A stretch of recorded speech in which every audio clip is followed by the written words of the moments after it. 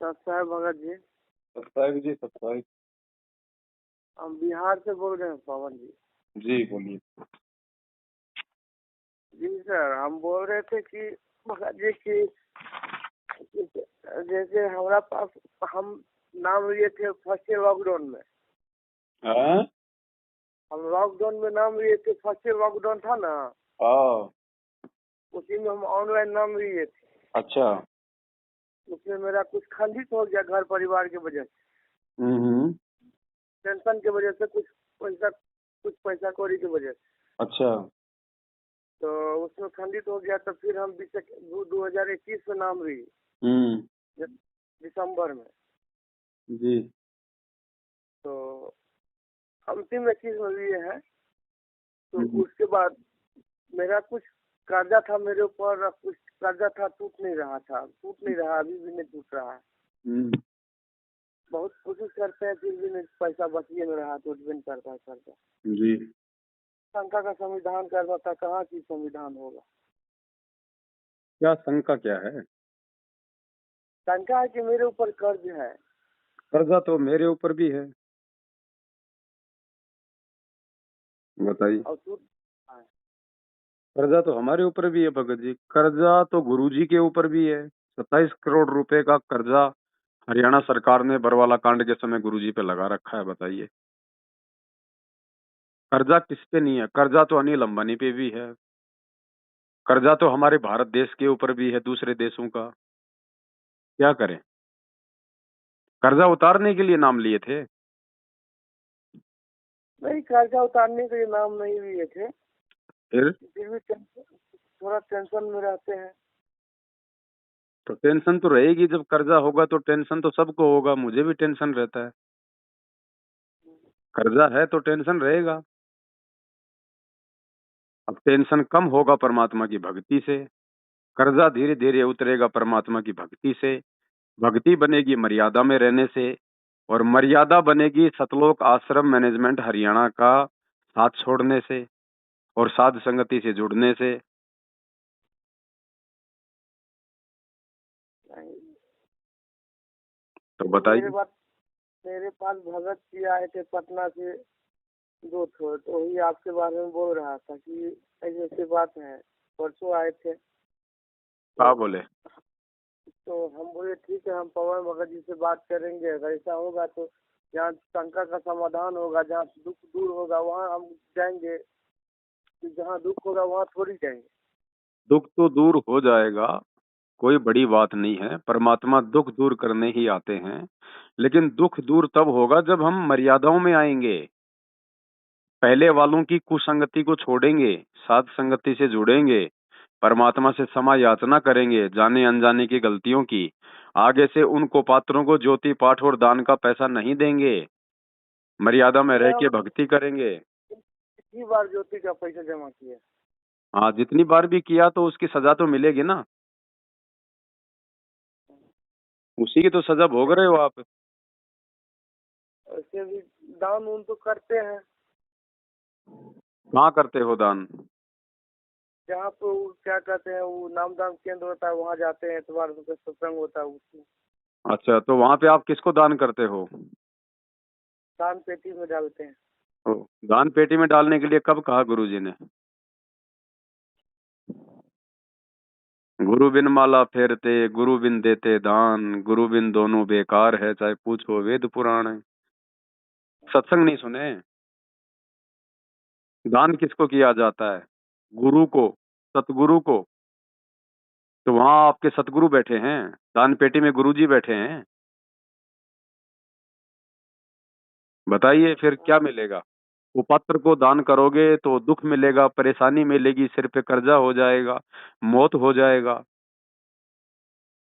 ये तो भगत जी सही है कि मान लीजिए जो बिहार का कोऑर्डिनेटर था उसका वो तो ये 3 रूम में हुआ। ये भी दाढ़ी तो गए में है, खास करके मेरा पोस्टिंग अभी गए में, हम बीएमपी में बिहार सरकार का नौकरी करते हैं, सरकारी जॉब करते हैं।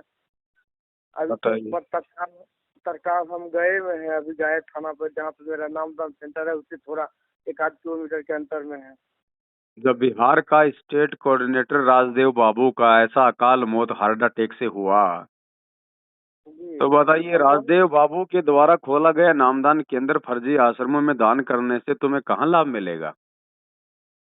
नहीं, हम तो ये भी गए में है जहाँ यहाँ इसका राजदेव बाबू का जहाँ अथी है, तो घर बताइए, है जब वो। इतना बड़ा भगत ऐसी अकाल मौत मर रहा है तो छोटे भक्तों का क्या होगा? तो समझ जाना चाहिए इंसान को कि आप किस दिशा में अब जा रहे हो। अभी जो भगत जी आए हैं बिहार का कोऑर्डिनेटर है, अभी क्या कहते हैं सिवान के हैं, तो हम्म। 2 रोज यहाँ सेंटर पर आए थे। हम्म। और हम ही लोग का एज का है, हम्म। तो उससे बातचीत हुआ। ऐसे भी क्लियर अभी कुछ सही बात नहीं बता रहे हैं मैनेजमेंट के द्वारा, क्या होगा नहीं होगा, गुरुजी निकलेंगे कि नहीं निकलेंगे, कि सब दिन ऐसे भक्ति चलेगा। उनको कोई मतलब नहीं है गुरुजी से। उनको मतलब है संगत को बांध के रखो, सत्संग की आड़ में दान पेटी लगा के रखो, भक्तों से दान लेते रहो, अपना घर परिवार अपने बच्चे पालते रहो, संगत को मूर्ख बनाते रहो। वो क्या मार्गदर्शन करेंगे आपका? वो खुद ही भ्रमित हैं। देखिए भैया, सरकारी जॉब करते हैं आप, जी जी भाई। फिर भी सिर पर कर्जा है। अब और अरे क्या? थोड़ा अब और क्या बिजनेस में परमात्मा थोड़ा जिला दे कलेक्टर दिए थे, बनाएगा? बिजनेस में थोड़ा दे दिए थे अपने आदमी को, 10-20-25 लाख रुपया, वो देवे नहीं किया वापस करके, तो वापस तो नहीं नहीं कर रहा ना। नहीं कर रहे। हाँ, तो क्यों करेगा वापस? क्योंकि काल ने आपको ठग लिया। काल भगवान ने हाँ, आपको दुखी करना था, आपको परेशान करना था, आप समझे नहीं। नहीं सद्बुद्धि समझ आई पाए। नहीं। सद्बुद्धि बिना सत्संगति की आएगी नहीं। गुरु जी का आशीर्वाद होगा नहीं। तो क्या होगा? दुख होगा, परेशानियां ही होगी। तो अब का विचार है? विचार क्या रहेगा भगत जी, दुख दूर हो, और सब कोई सोचता है कि दुख से तो याद। अभी देखो, अभी मैनेजमेंट को तो आपने देख लिया, उनको दान धर्म भी करके देख लिया, उनकी संगति भी करके देख लिया, आपका दुख दूर नहीं हुआ ना। ये कहाँ दुख दूर हुआ, दुख तो दूर तो हो उनको गया। छोड़ना पड़ेगा। छोड़ना पड़ेगा तो हम बहुत भक्ति, इसके बिना दूसरे भक्ति में मन भी नहीं लगता है भगत जी। है? इसके बगैर दूसरा गुरु जी को जैसे जैसे भक्ति करते, दूसरा दूसरा मंदिर मस्जिद में तो भगवान है ही नहीं, तो फिर हम किसके पास जाएंगे। क्यों, आपके घर में भगवान नहीं है क्या? भटकने का जरूरत है क्या? कहाँ मेरे घर जाओगे में भगवान भक्ति करने रहता के लिए? तो एक मिनट, मेरे घर में भगवान रहता तो आज ऐसा दुख होता ही नहीं। तो अगर राजदेव बाबू का घर में भगवान होता तो वो ऐसे काहे को मरता? नहीं अगर नहीं मरता।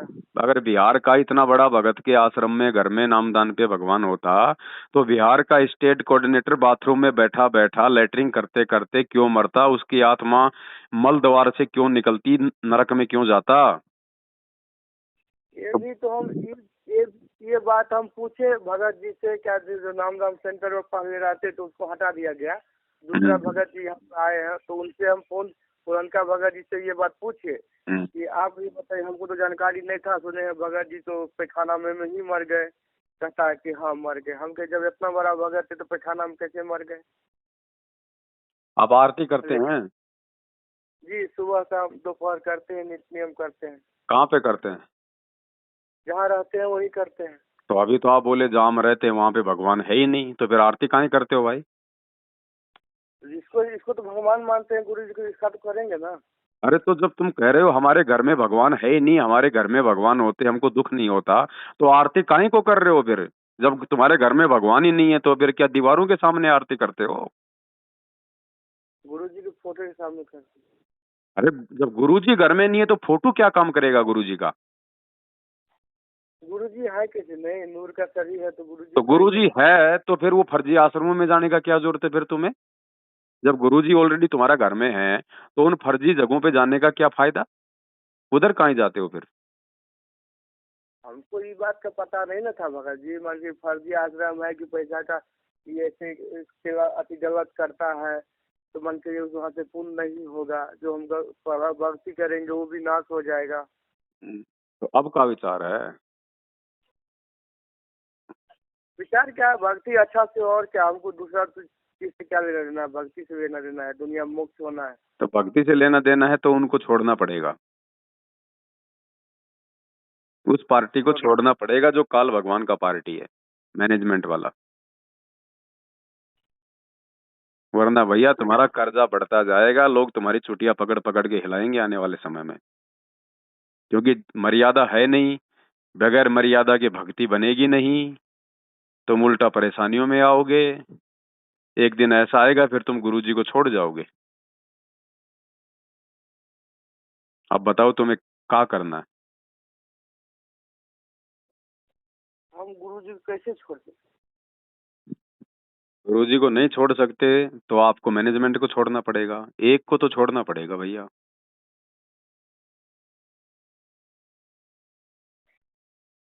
मैनेजमेंट को वही छोड़ सकते हैं कि गुरुजी को थोड़ी छोड़ सकते हैं। और मैनेजमेंट को ज्ञान से छोड़ना पड़ेगा, ऐसे अपने कर्जे के लिए नहीं छोड़ना, दुख में नहीं छोड़ना। ज्ञान पहले अच्छे से विचार कर लो, मैनेजमेंट कौन है, गुरुजी को जेल बैठाने वाला कौन है, भगत समाज को फर्जी आश्रम खोल खोल के लूटने वाला कौन है।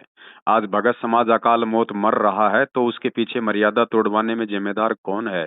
किसकी संगति करने से आपको परमात्मा मिलेगा, सुख मिलेगा, और किसकी कुसंगति करते करते आज आप इतने ज्यादा कर्जवान हो गए, दुखी हो गए।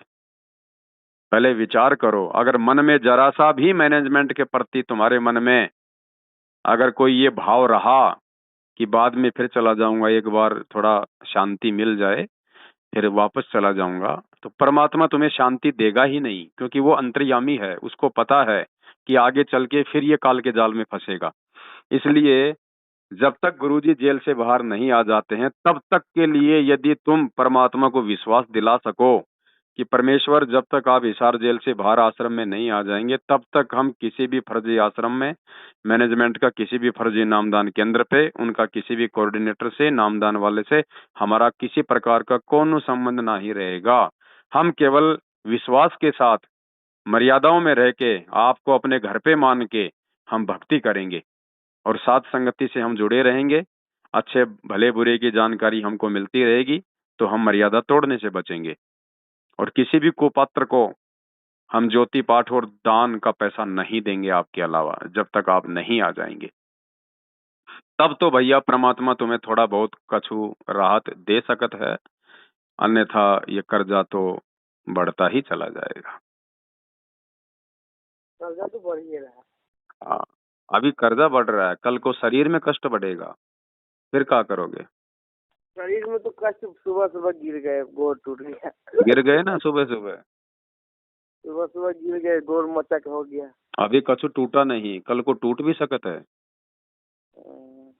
अब देख लो सरकारी बाबू, क्या करना चाहते हो।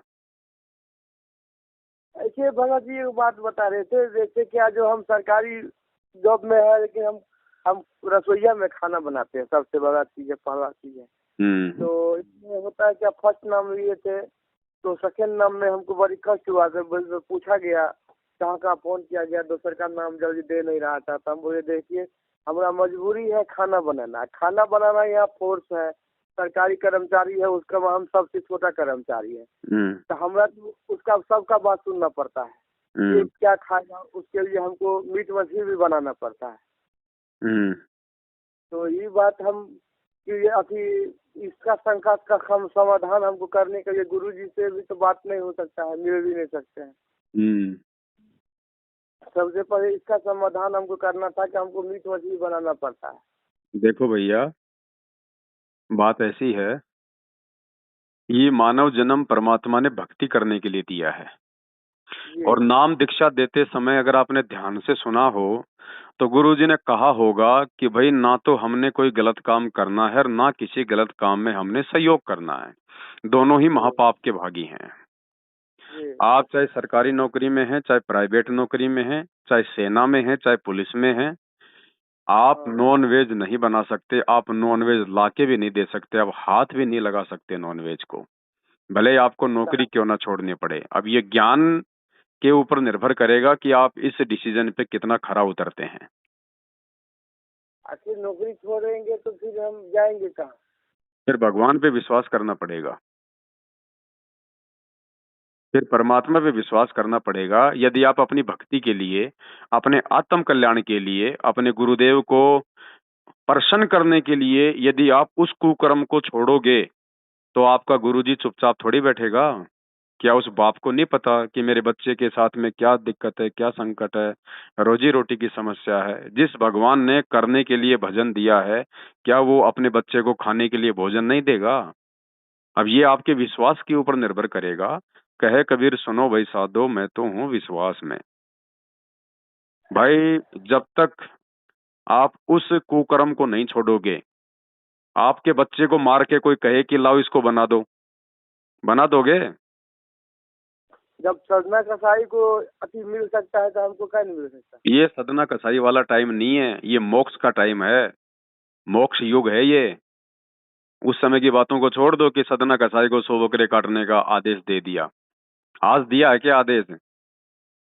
आज परमात्मा बोले हैं क्या बकरे काटने के लिए, मीट खाने के लिए, मीट पकाने के लिए बोले हैं क्या? खाने के पकाने की बात नहीं है। अब मेरे साथ ऐसा मजबूरी है, नौकरी है तो करना हम पड़ता ये है। कह रहे हैं कि कल को वो आपका कर्नल आपके बेटे का हाथ काट के बोले कि लाओ इसको पकाओ मैं खाऊंगा, आप बोल दोगे कि मेरा मजबूरी है, मेरे को पकाना पड़ेगा? जो अपने सु और के एक के पीड़ पिछाड़। परमात्मा कहते हैं जैसा दर्द दूसरे को होता है वैसा ही, जैसा दर्द अपने को होता है ना वैसा ही दूसरों का समझो। वो भी हमको तो परमात्मा की लगता आत्मा है। वो मुर्गा, वो बकरी, वो गधा, वो भेड़, वो बकरा, वो भी परमात्मा की आत्मा है, परमात्मा के बच्चे हैं वो भी। और तुम हमको परमात्मा तो के डर बच्चे को लगता मार है। के, तुम परमात्मा के बच्चे को तुम पका पका के किसी और को खिलाओगे तो परमात्मा तुमसे तुमसे प्रसन्न होगा? हमको भगत जी लाना नहीं है ये चीज। पकाना, लाना और पकाना दोनों एक ही हैं। गलत काम करना और गलत काम में सहयोग करना दोनों एक ही हैं। अब ये बहानेबाजियां नहीं चलेगी कि परमात्मा ने सदना कसाई को 100 बकरे काटने का आदेश दे दिया। परमात्मा ने तो नरसी भगत का भात भी भरा था, तो क्या आज परमात्मा हमारे को भात भरने का छूट दे रहा है? परमात्मा ने तो जगन्नाथपुरी में श्री कृष्ण जी का मंदिर भी बनाया था। क्या आज परमात्मा हमको मंदिर बनाने का और मंदिर में जाके पूजा करने का आदेश देता है? परमात्मा ने तो 650 साल पहले उस गणिका बहन को सज धज के हार श्रृंगार करके टिक्की बिंदी लगा के आने के लिए कहा था। क्या परमात्मा आज माता बहनों को टिक्की बिंदी लगाने का आदेश देता है? ये बहानेबाजी नहीं चलेगी भगत जी। अब ये मोक्ष टाइम है। उस समय तो परमात्मा ने किसी भी तरीके से केवल आत्माओं को अपनी भक्ति से जोड़ना था, ताकि ये कैसी भी टूटी फूटी भक्ति करें लेकिन इनको मानव जन्म मिलते रहें वर्तमान समय के लिए। भैया ये फाइनल पीरियड है, फाइनल समय है। अब ये सदना कसाई का बहाना नहीं चलेगा यहाँ पे। छोड़ना पड़ेगा, चाहे सरकारी नौकरी हो चाहे प्राइवेट नौकरी हो। मालिक ने प्राइवेट रहना पसंद सत्संग नहीं में क्या करते हैं। सुनाए परमात्मा? सत्संग में क्या सुनाए परमात्मा? राजा अब्राहिम सुल्तान का सत्संग सुना है? कितना बड़ा राजा था, कितना बड़ा राजपाट था। 18 लाख घोड़े घोड़ियां थी, 16,000 रानियां थी, इतना धनवान था। परमात्मा ने भक्ति करवाना था, उसको भिखारी बनाए कि नहीं बनाए? जंगल में लकड़ियां तोड़ तोड़ के बेच के खाया कि नहीं खाया? तुम नहीं तोड़ सकते? तुम नहीं तोड़ सकते क्या? तुम ऐसा कोई मजदूरी नहीं कर सकते क्या? उस कुकर्म को छोड़ के क्या और क्या दुनिया में नौकरी नहीं है क्या? या सारी दुनिया सेना में जाके गधे कुत्ते बकरे पका पका के ही अपना पेट पाल रही है? अगर भक्ति करनी है तो छोड़ना पड़ेगा भाई। बोल दो अपने अफसरों को, अगर भगवान पे विश्वास है तो एप्लीकेशन लिख के दे दो कि साहब ऐसे ऐसे मैं कबीर पंथ से जुड़ा हूँ, संत रामपाल जी महाराज मेरे गुरुजी हैं, उनका ये नियम है, उनके ये आदेश हैं, मैं जीव हत्या नहीं कर सकता। या तो आप हमारा ड्यूटी चेंज कर दीजिए या फिर आप हमारे को या फिर आप हमारे को हमारे घर पे भेज दीजिए। तो क्या पता परमात्मा आपके ऊपर रहम कर दे, आपके ऊपर दया कर दे, आपको कहीं और कोई जॉब मिल जाए छोटा मोटा वहीं पे खाना बनाने के अलावा। हिम्मत आपने करना पड़ेगा बबुआ, सारा काम परमात्मा नहीं करेगा बैठा बैठा। ऐसा हो सकता है। भैया चाहे साथ संगति से जुड़ जाओ चाहे मैनेजमेंट को छोड़ दो, जब तक ये मांस मिट्टी पकाने वाला कुकर्म नहीं छोड़ोगे परमात्मा आपसे कोसों दूर है। ऐसे व्यक्ति कसाई की श्रेणी में आते हैं, ऐसे व्यक्ति पापी की श्रेणी में आते हैं, और ऐसे पापी व्यक्तियों से परमात्मा कोसों दूर रहता है। सिर धड़ की बाजी है भगत जी, सिर धड़ की बाजी। समझा है तो सिर धड़ पांव, बहोर नहीं रे ऐसा दाव। मालिक कहते हैं पीपा दरिया में कूद गया, देखो कैसी करी डिठाई। भाई वो नर पाड़ा जीत गए जिन्होंने सिर धड़ की बाजी लाई। ऐसे बात नहीं बनेगी भगत जी। 3 टाइम का आरती कर लिए और वहां जाके फिर मुर्गा काट रहे हैं। अरे भगवान के बच्चे को काट कर भगवान से फिर तुम सुखों की प्रार्थना करोगे, कैसे सुख मिलेगा भाई? तुम किसी साहूकार से 5 लाख रुपए उधार लेने जा रहे हो और उसके सामने उसके बेटे को थप्पड़ मार रहे हो, वो तुम्हें 5 लाख रुपए उधार देगा? सोचो बबुआ, सोचो, विचार करो। ये मैनेजमेंट तुम्हें ये बातें नहीं बताएंगे, ये तुम्हारा कोऑर्डिनेटर तुम्हें ये बातें नहीं बताएंगे, क्योंकि वो सब के सब काल प्रेरित हैं। और काल नहीं चाहेगा कोई भी व्यक्ति अच्छे कर्म करके परमात्मा की भक्ति करके सुखी हो जाए। अभी तो भैया तुम्हारे को कर्जे का समस्या है। अगर तुमने ये बैल काटने वाला, ये मुर्गे काटने वाला काम नहीं छोड़ा, कल को वो आत्माएं फिर तुम्हें परेशान भी करेंगी। प्रेत, भूत, पितर बन के तुम्हारे अंदर भी वो प्रवेश करेंगी, क्योंकि तुम्हारी मर्यादा तो है खंडित। परमात्मा का तुम पे कोई आशीर्वाद नहीं है। कल को तुम्हारे ऊपर प्रेत बाधा भी आएगी, तरह तरह की शारीरिक आपत्तियां भी आएंगी तुम्हारे ऊपर। कहाँ जाओगे? ऐसा हो सकता है भगत जी जो हम अपना जगह पर दूसरे आदमी को रख दे? रखा किसने? आपने। तो सहयोग किसका हुआ? आपका। चाहे तुम काटो, चाहे तुम किसी दूसरे आदमी को काटने के लिए कहो। दुकान में बीड़ी माचिस चाहे तुम बेचो। काटना नहीं है भगत जी, काटना नहीं है। तो क्या करना है? खाई वो हम लाना भी हमको नहीं है, फिर खाई बनाना है बस। क्यों बनाओगे? काहे बनाओगे भाई? हैं? तुम कहोगे हमको तो पानी लाना भी नहीं है, हमको पानी तो किसी को पिलाना भी नहीं है, खाली पानी में जहर डालना है। तो क्या वो दोष नहीं है? तुम बनाओगे तभी तो लोग खाएंगे। तुम्हारे भी कर्म फूटे और खाने वाले के भी तुमने कर्म फोड़ दिए। अरे वो खाने वाला तो अज्ञानी है, उसको तो परमात्मा का ज्ञान नहीं है। तुम्हें तो परमात्मा का ज्ञान है। तुम तो उससे भी ज्यादा दोषी बन रहे हो। उसकी माफी है, लेकिन तुम्हारी माफी नहीं होगी, क्योंकि तुम समझदार हो। तुम्हें परमात्मा ने अच्छे बुरे जो कर्म होते हैं उनकी जानकारी दे दी, उसके बाद भी तुम ये कुकर्म करोगे, तो तुम्हारी कभी भी माफी नहीं होगी परमात्मा के दरबार में। उसको फिर भी माफी मिल जाएगा। तो खाने वाले से ज्यादा दोषी, काटने वाले से ज्यादा दोषी आप परमात्मा का ज्ञान लेके जो बनाने वाले हैं वो हो रहे हैं। भाई विश्वास करना पड़ेगा परमात्मा पे। तुम्हारा पेट ये नौकरी नहीं भर रही। अगर ये नौकरी तुम्हारा पेट भर रही होती, तुम्हारे ऊपर आज ये कर्जा नहीं होता। विचार करो, अगर नौकरी ही सब कुछ होती, आज तुम्हारे ऊपर कर्जा नहीं होता। और कितने भाई हैं जो नौकरी कर रहे हैं? कितने? क्या सभी नौकरी कर रहे हैं? भैया दुनिया में लाखों काम धंधे हैं ईमानदारी से करने के। अगर भगवान चाहिए, परमात्मा चाहिए, इसी जन्म में मोक्ष चाहिए और इसी लोक में रहते सहते शारीरिक और भौतिक सुख चाहिए, तो भैया ये कुकर्म छोड़ने पड़ेंगे। गुरु जी की संपूर्ण मर्यादाओं में रह के भक्ति करनी पड़ेगी, अन्यथा दूसरा कोई उपचार नहीं है। परमात्मा तुम्हें सदना कसाई की तरह आदेश देने वाले नहीं है। कोई और कोई छोड़ना तरीका पड़ेगा। नहीं, बिल्कुल छोड़ना पड़ेगा तो छोड़ना ही पड़ेगा। इसमें कोई दूसरा ऑप्शन ही नहीं है। अब ये डिसीजन आपने करना पड़ेगा स्वयं। परमात्मा ने ज्ञान दे दिया, अब चलना आपको पड़ेगा। भगवान ने मार्ग दिखा दिया, चलना हमको पड़ेगा भाई। सरकार का काम है रोड बना के दे देना, अब गाड़ी तो हमको खुद ही चलानी पड़ेगी। सरकार नहीं चलाएगा तुम्हारा गाड़ी बैठ के।